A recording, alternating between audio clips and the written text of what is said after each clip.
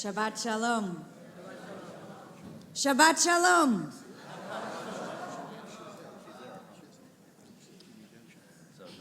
I want to tell you the story of when I was in the 6th grade. I'm 12 years old, and my parents told all of my siblings, I have 3 younger brothers, to sit down in the living room. We're going to have a family meeting. And we didn't do that so often, so we knew something big was coming. And my parents told us that we would be spending the upcoming academic year living in Jerusalem. We weren't going to go to Camp Ramah that summer. We were going to leave all of our friends at our day school, and we would live in Jerusalem for the year and go to Israeli schools, and we were going to learn what it was like to live in the land. Of course, there were a lot of reactions.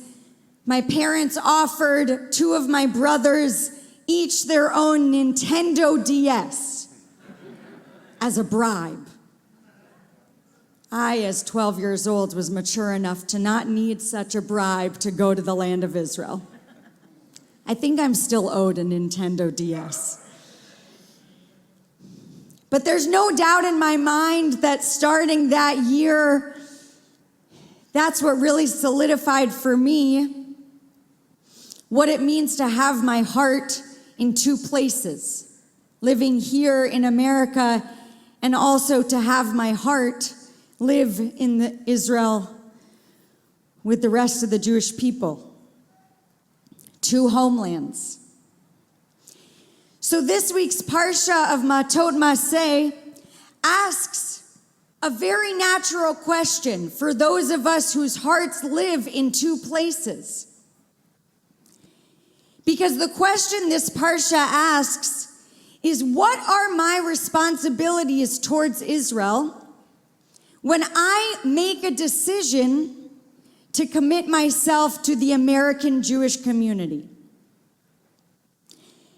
I make a different choice than my own siblings, 2 of them who have made Aliyah, who served in the IDF and have rooted their lives in Israel.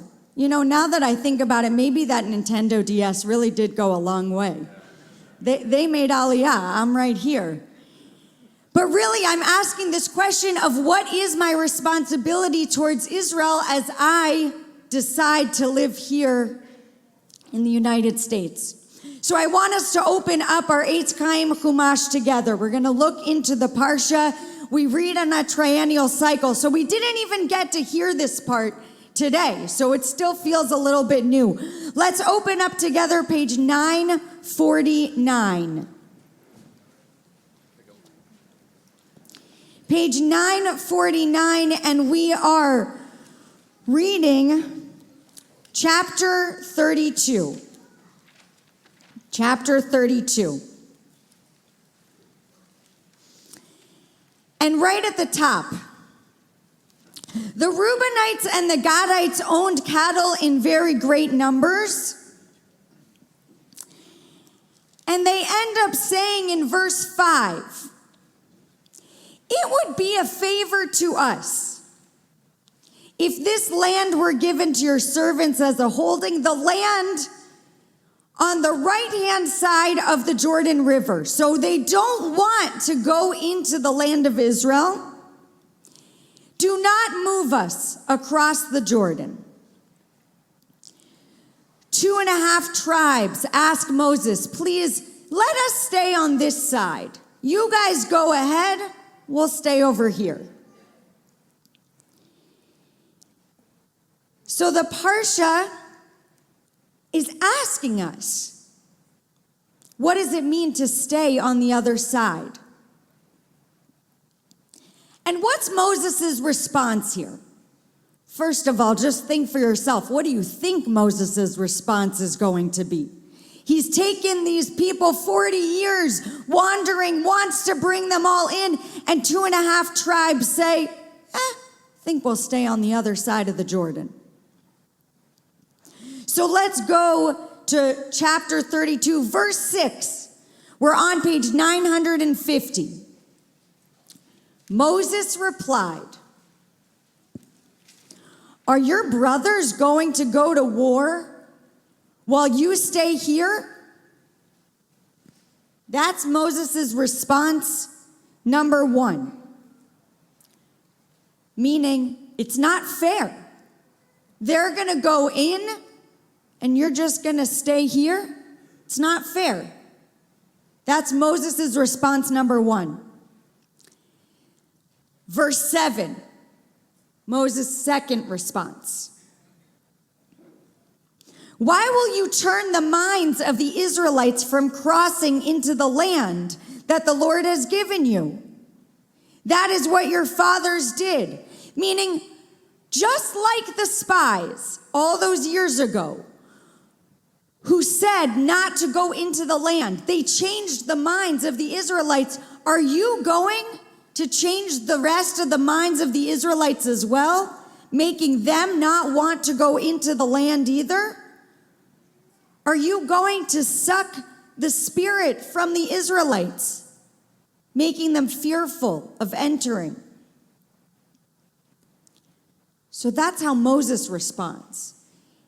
That's not fair. And you're going to change the minds of the rest of the Israelites.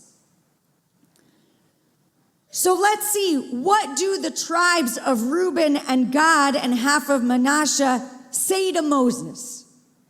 Let's look at the bottom of 950. We're at the bottom of page 950, chapter 32, verse 16. "Then they stepped up to him and said, 'We will build here sheepfolds for our flocks and towns for our children.' And they continue, 'We will not have a share, but we will be there.'" They step up to Moses and they say, "We will step up in our responsibility." They say to Moses, "Don't worry." And this is the same question and answer that we have today. What does it mean for us to take on the appropriate amount of mutual responsibility for the Jewish people in Israel and here? As Moses says, you can stay outside the land, but you still have a duty to the Israelites as a whole. And today, this demand for Jews outside the land of Israel is so real. So I want to open it up for 2 minutes to ask, what is our responsibility? As Jews who are living here in America, what is our responsibility towards our brothers and sisters who are living in Israel? I want to hear some ideas. What's our responsibility? And just raise your hand high. Great, go ahead. Giving back. Can you say one more sentence? What do you mean giving back? Not just in prayer, but like where we can financially help, whatever they need. Great. So prayer on one side, right? That is part of our responsibility. We pray towards the land of Israel, and then there's a financial component. How are we going to financially support those who are living in Israel? And maybe we ask ourselves, how much are we raising each year for Magen David Adom, to have an ambulance in Israel, for hospitals, for the IDF? Great. Other answers. What's our responsibility? What do we do for? Yeah. Advocacy. Great. We just heard from Lauren this morning, right? How much are we going to talk about Israel, defend Israel, lobby for congressional bills that are going to help support Jews around the world? How are we going to show up at protests? And I would say advocacy also comes in the everyday conversation. When you're speaking one-on-one with people in your lives. Any other answers? How might we support our family and our friends and the people of Israel. Yeah. I think it's important to visit Israel and to encourage our fellow Jews to visit Israel as well. Not only relating to Israel itself, but to programs that allow people who may not otherwise afford to go to Israel to have that experience. Great. How many of you think about the question of how long has it been since I was in Israel? And how many times have I visited? That's a question that a lot of us ask, and it's part of this question of making sure that we all get the opportunity, and how do we make sure that everyone gets the opportunity to visit Israel and to support Israel in that way? Great. Any other answers? Yeah. Teach our children. Beautiful.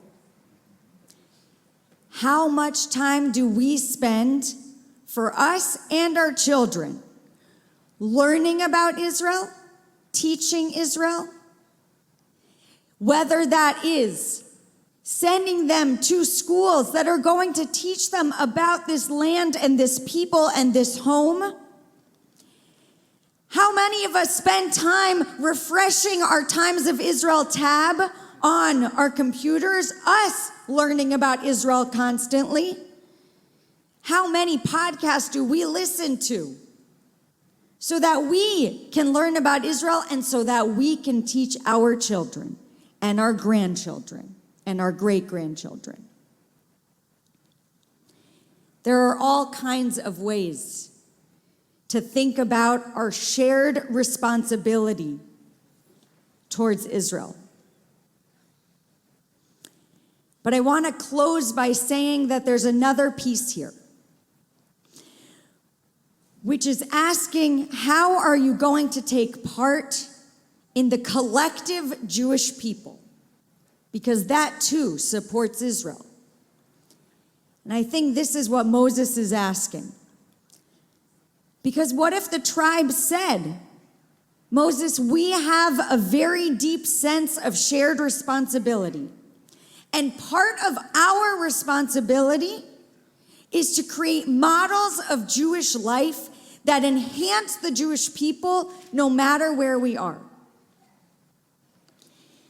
Bible professor Yisrael Knoll puts it by saying, we live in a divine symphony between Jews in the land of Israel and outside the land of Israel.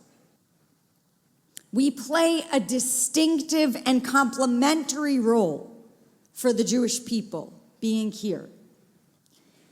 And the American Jewish experience has its own challenges, but it has its own beauty, its vibrancy, and it adds a vital component to that divine symphony. That's how we answer Moses' question of what are you going to do? We are going to be mutually responsible for the Jewish people as a whole. Shabbat Shalom.